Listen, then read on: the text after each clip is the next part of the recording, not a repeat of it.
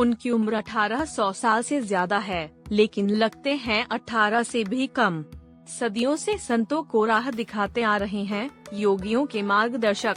दुनिया की चकाचौंध से दूर हिमालय पर अपने भक्तों और मानवता के कल्याण में लीन हैं। इंटरनेट पर उनके बारे में कोई खास जानकारी मौजूद नहीं। वह अमर हैं।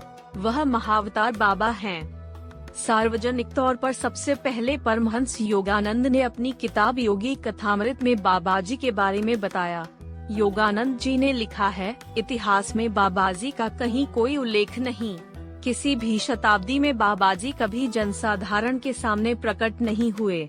उनकी योजनाओं में चकाचौंध के लिए कोई जगह नहीं। सृष्टा की तरह ही बाबाजी भी विनम्र गुमनामी में अपना काम करते रहते हैं। बाबाजी एक अवतार हैं। वह परामुक्त अवस्था में पहुंच चुके हैं। ऐसे व्यक्ति को मृत्यु छू तक नहीं सकती। अब सवाल उठता है कि बाबाजी कौन हैं और उनका जन्म कब हुआ? वह कब योग की उच्चतम सीमा में प्रवेश कर अवतार बन गए? इन सवालों का जवाब मार्शल गोविंदन की किताब बाबाजी एंड द 18 सिद्ध क्रिया योग ट्रेडिशन में मिलता है। गोविंदन का दावा है, बाबाजी का जन्म 30 नवंबर साल 203 को तमिलनाडु के एक गांव में हुआ। इस गांव को आज परंगीपेट्टई के नाम से जानते हैं। यहाँ कावेरी नदी हिंद महासागर से मिलती है। परंगीपेट्टई चिदम्बरम के नटराज मंदिर से सिर्फ 17 किलोमीटर दूर है। नंबूदिरी ब्राह्मण परिवार में जन्मे इस बालक को माता पिता ने नाम दिया नागराज।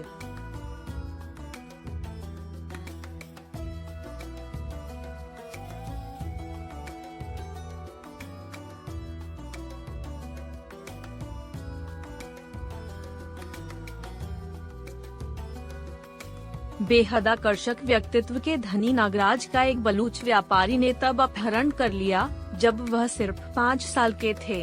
वह व्यापारी नागराज को समुद्री रास्ते से कोलकाता ले गया। वहां नन्हे नागराज को दास के तौर पर एक अमीर शख्स को बेच दिया गया। बच्चे का नया स्वामी एक दयालु व्यक्ति निकला, जिसने उसे मुक्त कर दिया। बालक नागराज घुमंतु साधुओं के एक समूह से जुड़ गए। सन्यासियों के साथ जगह जगह घूमते हुए नागराज ने वेद, उपनिषद, रामायण और महाभारत का अध्ययन कर लिया।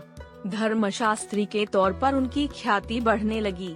नागराज आत्मानुभूति चाहते थे, लेकिन बढ़ता नाम उनका ध्यान भटकाने लगा। सिर्फ 11 साल की छोटी सी उम्र में उन्होंने वाराणसी से श्रीलंका के कटरगामा की यात्रा कहीं पैदल तो कहीं नाव के जरिए पूरी की। श्रीलंका के दक्षिणी छोर के अंतिम बिंदु पर बसे कटरगामा तीर्थ को लेकर हिंदुओं और बौद्धों में समान आस्था है। कटरगामा तीर्थ की स्थापना तमिल परंपरा के महान संत बोगनाथर ने की थी। यहाँ मूर्ति नहीं बल्कि यंत्र की पूजा की जाती है। मार्शल गोविंदन की माने तो कटरगामा में ही नागराज की मुलाकात संत बोगनाथर से हुई।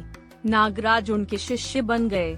पेड़ के नीचे उन्होंने 6 महीने तक बिना रुके यौगिक तप किया। गुरु बोगनाथर ने नागराज को योग के अगले चरण की शिक्षाएं दी। इससे नागराज को सत्य की अनुभूति हुई। बोगनाथर ने अपने शिष्य को सिद्धांत योग सीखने के लिए अगस्त्यार के पास जाने का सुझाव दिया। अगस्त्यार को ही उत्तर भारत में अगस्त्य ऋषि के नाम से जाना जाता है। बाबाजी कटरगामा से तमिलनाडु की पोथिगई पर्वत श्रृंखला के कोरत्रलम पहुँचे, जो आज तिनवेली जिले का हिस्सा है।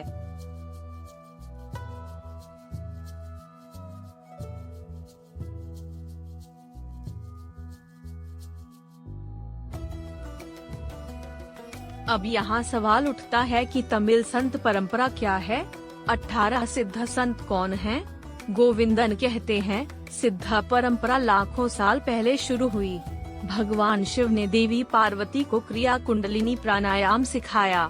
इसके बाद अगस्त्यार, नंदी देवर और थिरुमूलर ने शिव से इसका ज्ञान प्राप्त किया। अगस्त्यार ने बाबाजी को क्रिया कुंडलिनी प्राणायाम की बारीकियां बताईं। तमिल परंपरा में ऐसे 18 संत हुए हैं जिन्होंने योग में संपूर्णता हासिल की। इनके नाम है नंदी देवर, अगस्त्यार, थिरुमूलर, बोगनाथर, कोकनावर, मत्स्येंद्रनाथ, गोरखनाथ, सतमुनि, सुंदरानंदर, रामादेवर, कुडम्बाई, करुवूरर, इडईकाडर, कमला मुनि, वाल्मीकि, पतंजलि, धन्वंतरी और पाम्बती। कुछ अलग अलग स्रोतों में इन नामों में भिन्नता मिलती है। इन 18 संतों ने विज्ञान, चिकित्सा, साहित्य, योग और दर्शन में अतुलनीय योगदान दिया है। ये गुप्त रूप से पर्दे के पीछे काम करते हैं। अब बात फिर बाबा जी की करते हैं। मार्शल गोविंदन बताते हैं, बाबा जी को क्रिया बाबा जी नागराज, महाअवतार बाबा जी और शिव बाबा भी कहा जाता है। उनका दिव्य शरीर हमेशा 16 साल का लगता है।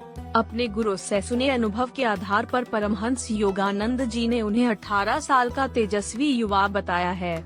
उनके मजबूत शरीर का रंग गोरा, लंबाई मध्यम, बाल लंबे और आँखें काली हैं। बाबा जी का काम विशेष कार्यों को पूरा करने के लिए आने वाले संतों की मदद करना है। इस आधार से वह महाअवतार हुए। उन्हें ईश्वर से आशीर्वाद मिला है कि वह इस कल्प तक धरती पर सशरीर रहेंगे। बाबा जी के बारे में दुनिया को ज्यादा नहीं पता। पहली बार एक रहस्यमय और जादुई व्यक्तित्व पर प्रकाश डाला महान बंगाली संत श्यामचरण लाहिड़ी ने। स्वामी योगानंद ने अपने आध्यात्मिक गुरु श्री युक्तेश्वर के सुनाए अनुभव के आधार पर लिखा है, लाहिड़ी महाशय ब्रिटिश काल में सेना में बतौर क्लर्क नौकरी करते थे। उनका अचानक तबादला दानापुर से रानीखेत हो गया। काम खत्म होने के बाद पहाड़ों में घूमते हुए एक दिन लाहिड़ी को लगा कि कोई उन्हें पुकार रहा है। वह द्रोणगिरी पर्वत पर पहुँचे। वहाँ एक तेजस्वी युवक ने इन्हें पिछला जन्म याद दिलाया और क्रिया योग की दीक्षा देकर वापस भेज दिया। ऐसा करने वाले कोई और नहीं बल्कि स्वयं बाबा जी ही थे। लाहिड़ी महाशय ही स्वामी युक्तेश्वर के गुरु थे। उन्होंने लाहिड़ी महाशय को बता दिया था कि पश्चिम और पूर्व के बीच समन्वय के लिए जल्द ही एक शिष्य आएगा। वह शिष्य कोई और नहीं योगानंद ही थे। योगानंद ने एक चित्रकार से बाबा जी का एक चित्र भी बनवाया था। इस चमत्कारी और सिद्ध आत्मा के बारे में कई और दिलचस्प जानकारियाँ भी हैं। नीलकंठन ने अपने साक्षात अनुभव से बताया है, उत्तराखंड में बद्रीनाथ तीर्थ के पास बाबा जी का आश्रम गौरी शंकर पीठ है। यहाँ बाबा जी की चचेरी बहन माताजी नागलक्ष्मी देवियार के साथ स्वामी प्रणवानंद, एक पूर्व मुस्लिम शासक और कुछ खास शिष्य रहते हैं। स्वामी योगानंद ने द्विशरीरी संत के तौर पर प्रणवानंद की चर्चा की है। आत्मिक शुद्धि कर चुके उन्नत योगी ही सूक्ष्म रूप से मौजूद गौरी शंकर पीठ तक पहुँच पाते हैं। कहते हैं, यहाँ पहुँचने के लिए बाबा जी की कृपा भी सबसे जरूरी है। बाबा जी मौन और अज्ञात रहकर अपने हजारों लाखों शिष्यों और मानवता के कल्याण के लिए काम करते हैं। योगी रामैया दावा करते हैं कि सन 2503 में 100वीं विश्व धर्म और योग संसद में बाबा जी सक्रिय और सार्वजनिक भूमिका निभाएंगे। बाबा जी जैसे चरित्र के बारे में अलग अलग संतों से कुछ और जानकारियाँ मिलती हैं।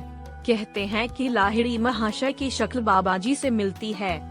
बाबा जी ने स्वामी युक्तेश्वर के जरिए ही लाहिड़ी महाशय का अंत समय आने का संदेश भेजा था। बाबा जी मानव जाति के कल्याण के लिए व्याकुल रहने वाली आत्मा हैं। वह पश्चिम के कर्मवाद और पूर्व की आध्यात्मिकता का समन्वय कर एक मध्य मार्ग स्थापित करना चाहते हैं, ताकि दुनिया संघर्षों से मुक्त और सुखों से भरपूर हो सके। बाबा जी के बारे में कुछ भी जानना कौतूहल बढ़ाता है। बाबा जी को इस कल्प में सशरीर रहने का वरदान मिला है। अब उनकी आयु 1819 साल है। गणना के हिसाब से एक कल्प 1000 चतुर्युग का होता है। सतयुग, द्वापर, त्रेता और कलियुग के चक्र को चतुर्युग कहते हैं। सब जोड़ने के बाद पता चलता है कि एक कल्प 4 अरब 32 करोड़ वर्ष का होता है।